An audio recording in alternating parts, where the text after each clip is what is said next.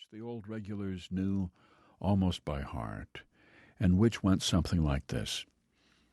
July 4th is the birthday of our country and deserves to be done right, because by God it is a great country and it changed the world, and if we can't even find a way to say that, then who are we? A bunch of skunks, that's who.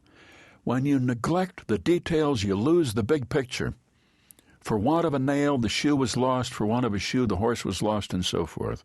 Like my father said, personal slovenliness is the doorway to cowardice and cruelty. Nobody cares about holidays anymore, which is why, and I'm only giving my opinion here, the country is so beset by government lies and corruption and everybody out for himself and to hell with the future, because those people grew up thinking the 4th was just a day to lie around on the beach and toast your weenies. Chairman Bunsen loved the 4th. He relished it. The booming, the chatter, the smell of cooking fires, the gaudiness, the good humor, the fiery delectations bursting in the sky. And he was happy to expand on this if you questioned the lavishness of it. Why 2 drum and bugle corps? Couldn't we cut back on the fireworks? Does it really take 16 percherons to pull 1 circus wagon?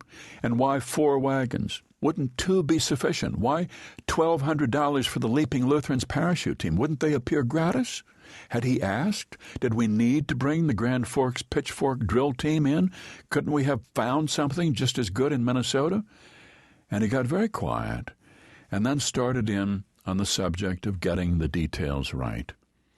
There was the guy who neglected to check his oil, and the car overheated on the way to his girlfriend's, and he was an hour late, and she refused to date him again, and if he had seen to business, she probably would have married him instead of me, and I wouldn't be here.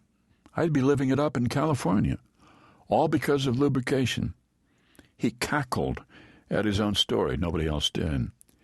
Clint Bunsen, along with his brother Clarence, ran Bunsen Motors on Main Street, the Ford garage in town. He was the ginger-haired, snub-nosed man in dungarees, and when he got wound up about the 4th, the old regulars looked deep into their coffee cups and listened. The old regulars were Carl, Lyle, Ernie, Bergie, Leroy, and Billy P.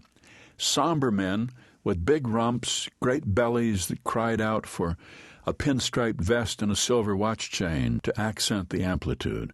And they sat in the corner booth at the chatterbox and shot the breeze and bitched about their aching backs and their wandering children. But when spring came, the chairman climbed up on his high horse about the 4th of July. In other towns, the 4th of July was a parade of tractors and pickups led by a geezer VFW honor guard with 4 old ladies in a convertible, some dogs riding in a pickup, and a kid carrying a boombox playing the Stars and Stripes Forever. But the chairman insisted on upholding high standards, despite all the guff he got. It is not easy trying to sell grandeur and pizzazz to a bunch of sour old pragmatists, he said. Last year's 4th of July was Glorious, and the old regulars were his right-hand men who saw to the details. It was maybe no Latin carnival with ecstatic dancing in the streets and men waving their shirts over their heads, but it was terrific in its own way, absolutely amazing, nothing else like it. Lake Wobegon's 4th had not 1 but 2 national champion drum and bugle corps, snap, bang, rattle, boom, booming down Main Street, one of them in leather kilts.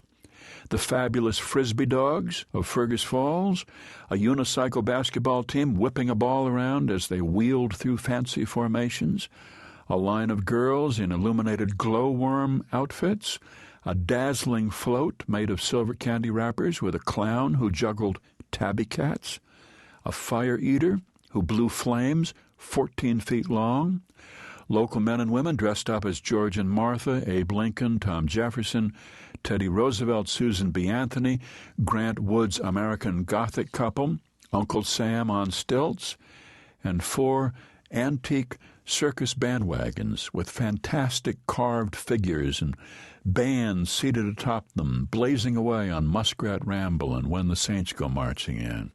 Pulled by percherons, 16 horse hitches that took your breath away, plus the precision pitchfork drill team and the Betsy Ross blanket.